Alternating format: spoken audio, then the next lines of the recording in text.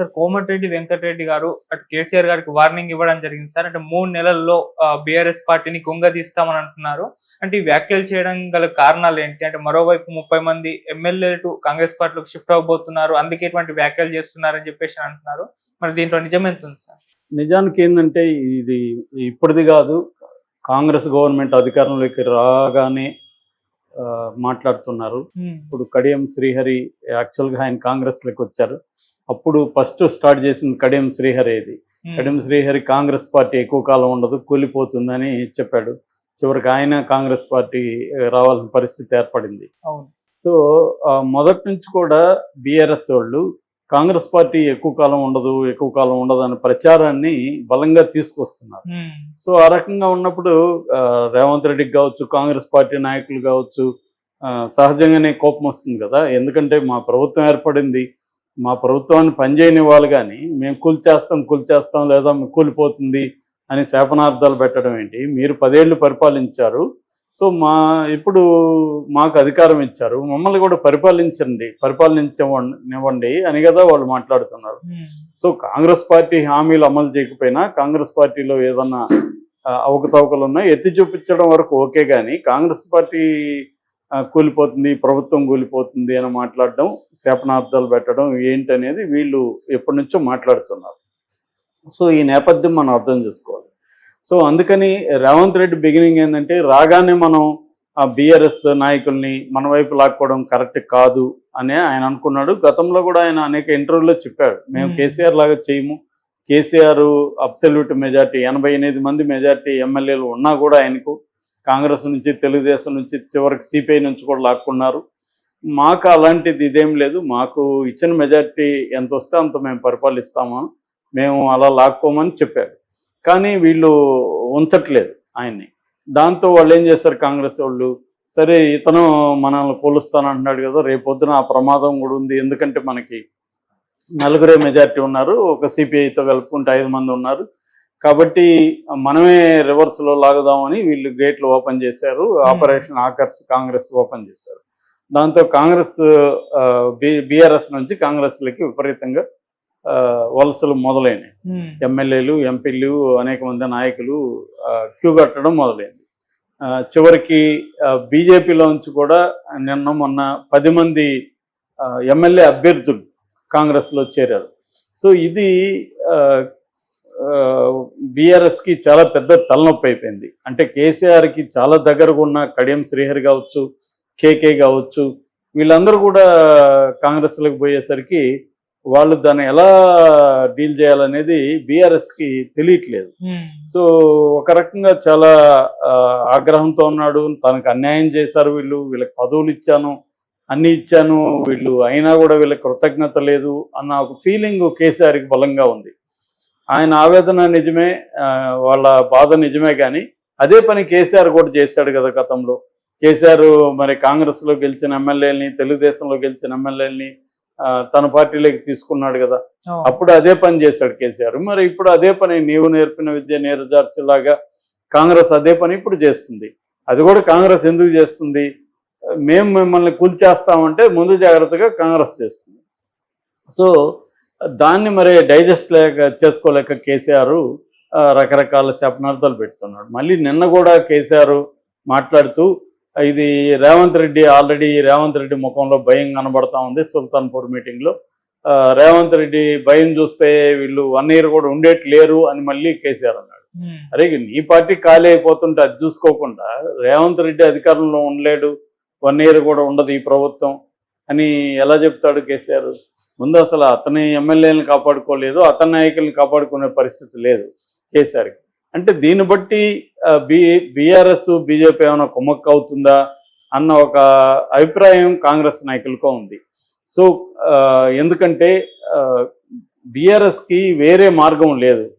National లెవెల్లో బీజేపీతో కలవకపోతే కవిత బయటకు వచ్చే పరిస్థితి ఇప్పుడు లేదు. ఎందుకంటే ఆమె స్ట్రాంగ్గా కేసులో ఇరుక్కున్నది. తర్వాత ఇటు అనేక కుంభకోణాలని రేవంత్ రెడ్డి ఇక్కడ బయటికి స్టార్ట్ చేశాడు. ఈ కుంభకోణాల్లో రేపొద్దున సెంట్రల్ ఇంటెలిజెన్స్ ఏజెన్సీలు కావచ్చు లేదా ఇన్వెస్టిగేటివ్ ఏజెన్సీలు కావచ్చు రంగంలో దిగాయనుకో, అంటే ఫర్ ఎగ్జాంపుల్ ఇప్పుడు ఫోన్ ట్యాపింగ్ ఉంది, ఫోన్ ట్యాపింగ్ లో టెలిగ్రాఫ్ చట్టం పెట్టారు, ఆ చట్టం అనేది సెంట్రల్ చట్టం కాబట్టి రేపు దాంట్లో దిగుతుంది. అట్లాగే టెలిఫోన్ దీంట్లో అనేక డబ్బు లావాదేవీలు అక్రమాలు జరిగినాయని తెలుస్తుంది, రేపు ఈడీ రంగంలోకి దిగచ్చు. అట్లాగే మన కాళేశ్వరం కుంభకోణంలో సిబిఐ రంగంలోకి దిగచ్చు. ఆల్రెడీ బీజేపీ వాళ్ళు డిమాండ్ చేస్తున్నారు. సో సిబిఐ ఈడీ రంగంలోకి దిగాయనుకో కేసీఆర్ మీద కేసులు అవుతాయి, కేటీఆర్ మీద అవుతాయి, వీళ్ళిద్దరు కూడా జైలుకి పోయే పరిస్థితి వస్తుంది. సో అందుకని కేసీఆర్ ముందున్న ఏకైక కర్తవ్యం ఏంటంటే బీజేపీని ప్రసన్నం చేసుకొని, మోడీని ప్రసన్నం చేసుకొని, మోడీకి మా పార్టీని ఎన్డీఏలో చేరుస్తామనో లేకపోతే ఏదో ఒక ఆఫర్ మోడీకి ఇచ్చి బీజేపీతో వెళ్ళాలి. లేకపోతే ఆయన ఉనికి కష్టమైపోతుంది. ఎందుకంటే బీజేపీ రేవంత్ రెడ్డికి కూడా సపోర్ట్ చేసే అవకాశం ఉంది. బీజేపీ ఎక్కడ కానీ బీజేపీ పాలిటిక్స్ ఎలా ఉంటాయంటే ఏది బలహీనమైన పార్టీ అనేది చూసుకొని వాళ్ళు ఆ పార్టీని మంచిగానో చెడుగానో, అంటే ఆ పార్టీతో పొత్తు పెట్టుకోనున్న తమిళనాడులో లాగా ఆ పార్టీని దివాలా తీస్తారు. తమిళనాడులో ఏఐటీఎంకేని ఎలా చీల్చారో అట్లాగే మహారాష్ట్రలో శివసేనని కూడా మంచిగా ఉండే వాళ్ళతో పొత్తులో ఉండే చీల్చారు కదా. అలాగా పొత్తుల్లో ఉండి కూడా చీలుస్తారు, లేదా బయట ఉండి కూడా చీలుస్తారు. ఏదో ఒకటి మొత్తానికి వీక్ గా ఉన్న పార్టీల్ని దెబ్బతీయడం అనేది బీజేపీ ఎప్పటి నుంచో అమలు చేస్తున్న ఒక పొలిటికల్ స్ట్రాటజీ. ఆ స్ట్రాటజీ ప్రకారం ఇప్పుడు తెలంగాణలో 3 ప్రధాన పార్టీలు ఉంటే ఈ మూడిట్లో ఏది బలహీనంగా ఉందంటే బీఆర్ఎస్ బలహీనంగా ఉంది. బీఆర్ఎస్ పార్టీ ప్రధాన నాయకులను తెలిపోయారు, ప్రజల్లో పెద్ద సానుభూతి లేదు. కవిత లాంటి ఒక సీఎం కూతురు, ఒకప్పుడు సీఎం కూతురు, ఆమె తెలంగాణలో ప్రముఖ మహిళ. తెలంగాణ బతుకమ్మ అంటేనే కవిత గుర్తుకొస్తుంది. జాగృతి పేరుతో తెలంగాణలో పెట్టి ఆమె అనేక కార్యక్రమాలు చేశారు. అలాంటి కవిత అరెస్ట్ అయితేనే ఎక్కడ ఏమి సానుభూతి రాలేదు. పైగా నెగిటివ్ ట్రోల్స్ విపరీతంగా వస్తున్నాయి. ఆమె ఇంకా జైల్లో ఉంచండి, తీయకండి, జైల్లోనే ఉండాలి అన్న ఒక కసి, ఒక ఇది కనిపిస్తుంది, కోపము కనిపిస్తుంది. సో ప్రజల్లో ఈ స్థాయిలో బీఆర్ఎస్ మీద వ్యతిరేకత అనేది ఎప్పుడు చూడలేదు. అలాంటి వ్యతిరేకత ఉన్నప్పుడు కేసీఆర్ కావచ్చు లేకపోతే కేటీఆర్ కావచ్చు, వీళ్ళు చేయాల్సిందే ఉంటే ప్రజల సమస్యల తరపున నిలబడి పనిచేయడం. ఆ పని కేసీఆర్ స్టార్ట్ చేశాడు, నో డౌట్. రైతుల ఇష్యూలు, కరువు వచ్చింది, కరువు పట్ల రేవంత్ రెడ్డి ప్రభుత్వం సరైన విధంగా స్పందించలేదు. దాదాపు 2 లక్షల మంది రైతులు పంటలను కోల్పోయారు. కాబట్టి వాళ్ళకి కనీసం ఒక మనిషికి 25,000 ఇవ్వాలని డిమాండ్ చేస్తున్నాడు. ఏదేమైనా కేసీఆర్ రైతుల పక్షాన్ని నిలబడడం ఖచ్చితంగా ఆహ్వానించాల్సింది. ఎందుకంటే ప్రజాస్వామ్యంలో ప్రతిపక్షం అనేది బలంగా ఉండాలి.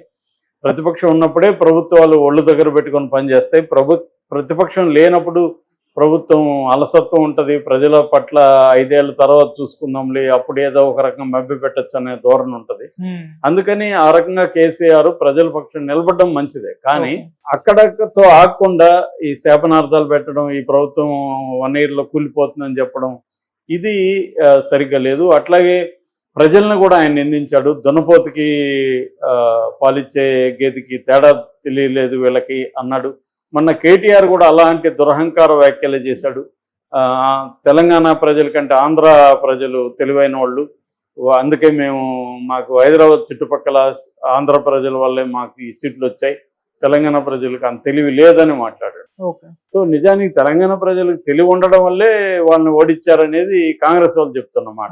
10 ఏళ్ళు మిమ్మల్ని భరించలేక తెలివిగా మిమ్మల్ని పక్కన పెట్టారు అనేది అది కదా ఆలోచించాలి వాళ్ళు. 10 ఏళ్ళుగా మనం చేసిన తప్పులేంటి, మనలో ఏం లోపాలు జరిగాయి, కేసీఆర్ ఎప్పుడు ఎందుకు సెక్రటేరియట్ కూడా రాలేదు, పరిపాలించలేదు, ఆయన భాష కావచ్చు, ఆయన మాట్లాడే పద్ధతి కావచ్చు, అహంకారపూరిత వ్యాఖ్యలు కావచ్చు, అట్లాగే ప్రతిపక్షాల మీద కానీ తర్వాత పౌర సంఘాల మీద కానీ కేసులు పెట్టడం, వాళ్ళని జైళ్ళల్లో పెట్టడం, కృష్ణమాదిగ దగ్గర నుంచి మన కోదండరామరెడ్డి దగ్గర నుంచి హరగోపాల్ వరకు అందరి మీద కేసులు పెట్టారు.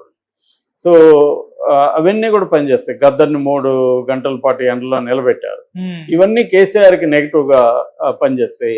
మన ఆర్టీసీ కార్మికులు సమ్మె చేసినప్పుడు 3 ఏళ్ళు వాళ్ళని మామూలుగా వేధించలేదు పండగ టైంలో. సో ఇవన్నీ కూడా జనంలోకి వెళ్తాయి కదా.